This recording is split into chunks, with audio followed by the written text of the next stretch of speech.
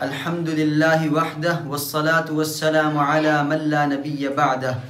جمعے کے دن کے بہت سارے اعمال ہیں جو کہ مسنون بھی ہیں اور بہت زیادہ فضیلتوں کے حامل بھی ہیں۔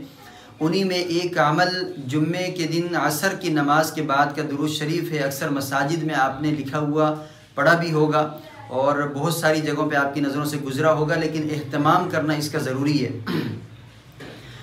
حدیث میں آتا ہے، حضرت ابو ہریرہ رضی اللہ تعالیٰ عنہ سے مروی ہے کہ جو شخص جمعے کے دن عصر کی نماز کے بعد اپنی جگہ پر بیٹھے بیٹھے، یعنی مردوں نے مسجد میں نماز پڑھی تو وہ اپنی جگہ پر وہیں پر بیٹھے بیٹھے، اور خواتین گھروں میں ہیں تو وہ گھر کے اندر اپنی جانماز پر بیٹھے بیٹھے یہ درود شریف پڑھیں، اللہم صلی علی محمد النبی الامی وعلی آلہ وسلم تسلیما، اللہم صلی علی محمد النبی الامی وعلی آلہ وسلم تسلیما۔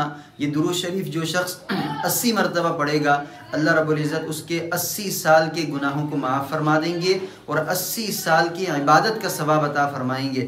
عام حالات میں ہم دیکھتے ہیں تو کسی کے بس میں ہی نہیں کہ اتنی لمبی عبادت کرے، تو ہم ہر جمعے تھوڑا سا اس کا اہتمام کر لیں کہ ہم اس درود شریف کو بیٹھ کر اپنی جگہ پر پڑھ لیں، تو انشاءاللہ اس کی برکت سے جو صادق و امین کی طرف سے وعدہ کیا گیا ہے، اللہ رب العزت کی طرف سے پھر وعدہ کیا گیا اور صادق و امین کی طرف سے ہم تک پہنچایا گیا، تو اللہ رب العزت اس درود شریف کے پڑھنے کی برکت سے 80 سال کے گناہوں کو معاف فرمائیں گے اور 80 سال کی عبادت کا ثواب عطا فرمائیں گے۔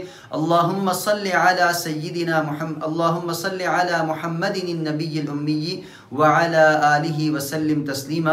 یہ درود شریف 80 مرتبہ پڑھنا ہے، اپنی جگہ پر بیٹھے بیٹھے پڑھنا ہے۔